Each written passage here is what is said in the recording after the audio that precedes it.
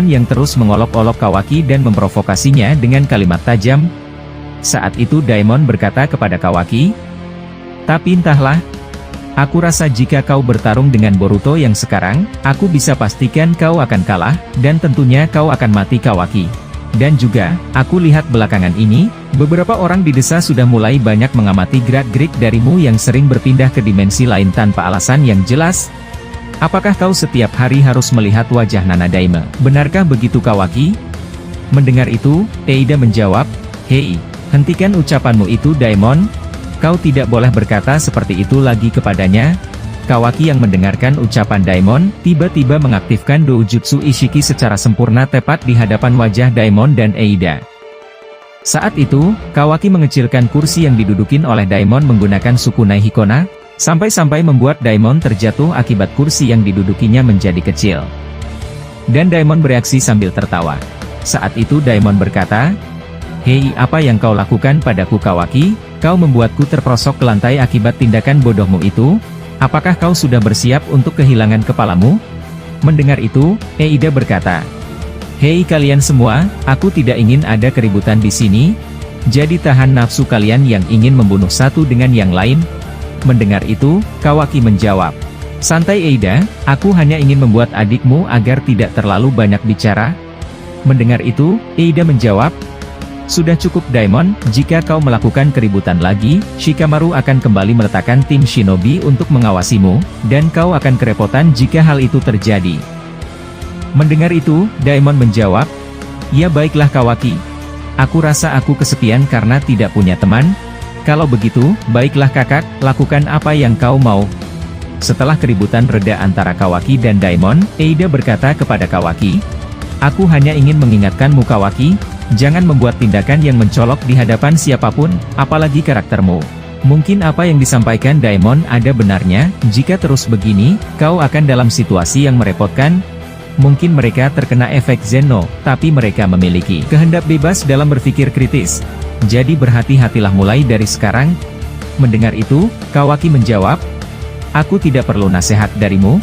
Aku hanya ingin kau memberitahukan kepadaku titik koordinat Boruto dan Code yang sedang ada di dimensi lain." Mendengar itu, Eida berkata, "Mungkin aku bisa melihat mereka secara langsung dengan mata ini, tapi aku rasa cukup sulit untuk meretas titik koordinat yang sudah diubah oleh Jigen sebelumnya. Bahkan Boruto sekalipun, aku tidak tahu dia bisa masuk ke dalam dimensi Gyubi milik Code. Aku rasa dia tidak melacak itu dengan kekuatan karmanya. Apa mungkin dia memiliki kemampuan lain selain itu?" Mendengar itu, Kawaki menjawab, "Entahlah, aku tidak tahu alasan yang pasti. Tapi selama 3 tahun belakangan aku tidak bertemu dengannya, aku bisa pastikan, dia cukup berbeda dari sebelumnya. Dan dari penampilannya, dia benar-benar berbeda. Apa yang sebenarnya dia lakukan bersama Uchiha itu?" Mendengar itu, Eida menjawab, "Aku tidak tahu alasan dari semua hal itu. Tapi kau sudah memulai keributan dengan Sarada Uchiha. Aku rasa kau harus berhati-hati dengannya." Mendengar itu, Kawaki berkata, "Sarada ya? Aku juga masih penasaran, mengapa dia tidak terkena efek Zeno milikmu?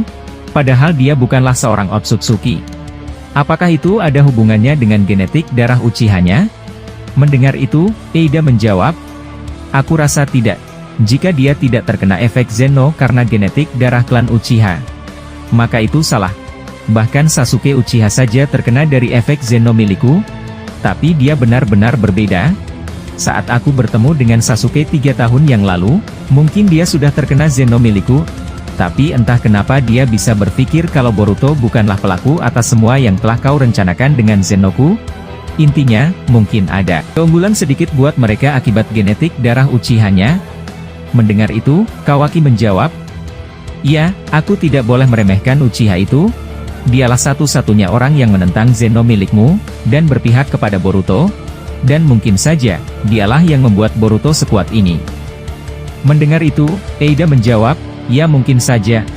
Tapi dari apa yang kulihat dari Senriganku, sebelum Boruto datang ke sini, dia sudah pernah bertarung dengan Code 2 tahun yang lalu, dan berhasil membuat mata kanan Code buta." Mendengar itu, Kawaki membalas, "Apa? Aku baru dengan soal ini padamu? Jadi begitu ya, dia sudah pernah bertemu dengan Code sebelumnya?" Setelah mereka berkata seperti itu, tiba-tiba Daemon memotong pembicaraan mereka dan berkata, "Aku rasa kita kedatangan tamu yang cukup merepotkan." Setelah Daemon berkata seperti itu, tiba-tiba Sarada dan Sumire datang dan membuka pintu di kediaman Eida dan Kawaki. Kawaki yang melihat itu berkata dalam hatinya, "Sialan, lagi-lagi mereka.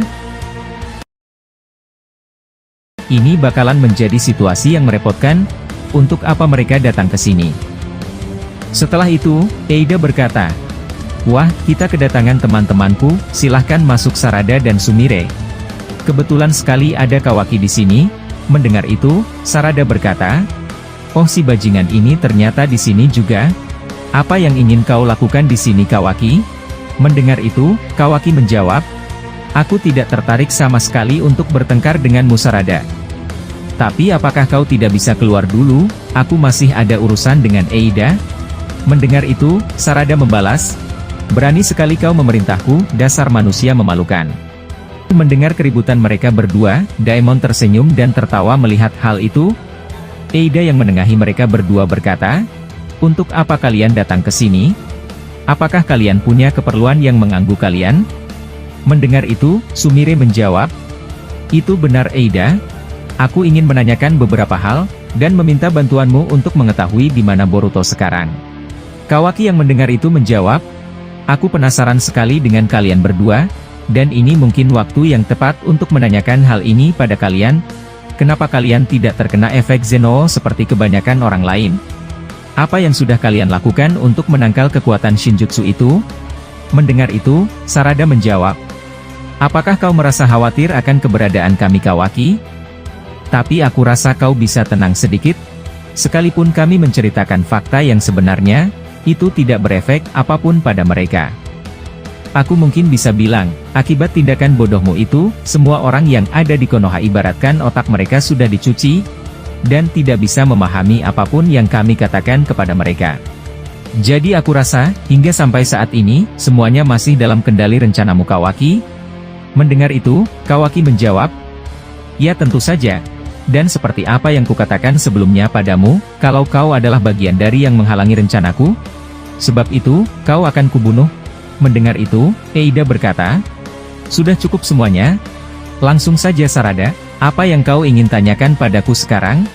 Mendengar itu, Sarada berkata, "Aku sudah tahu Boruto pergi ke dimensi milik Code beserta Gyuubi-nya. Jadi apakah aku bisa minta bantuanmu untuk memberitahukanku lokasi dari dimensi tersebut?" Mendengar itu, Kawaki berkata, "Hei sialan, jika kau ingin menanya itu, maka lebih baik kau pergi saja. Aku sudah mengatakan pertanyaan yang sama denganmu pada Eida." Mendengar itu, Eida menjawab, "Jadi kau memiliki rencana yang sama dengan Kawaki, benar begitu ya, Sarada? Aku rasa untuk mengetahui titik pasti koordinatnya, aku tidak bisa memberitahukan kepada kalian semua. Karena dimensi tersebut bukan berada di dunia yang kita pijak saat ini. Tapi tunggu, ada sedikit yang mengganjal buatku dari pertanyaanmu, Sarada. Jika Kawaki ingin pergi ke dimensi lain, maka dia bisa menggunakan karma sebagai objeknya. Lantas, bagaimana denganmu, Sarada? Apakah kau memiliki kemampuan tersembunyi untuk dapat pergi ke suatu dimensi juga?" Mendengar kalimat yang diucapkan Eida, Daemon yang hanya mendengar saja, dia kembali tersenyum seolah-olah akan ada sesuatu yang menarik yang sebentar lagi terbongkar.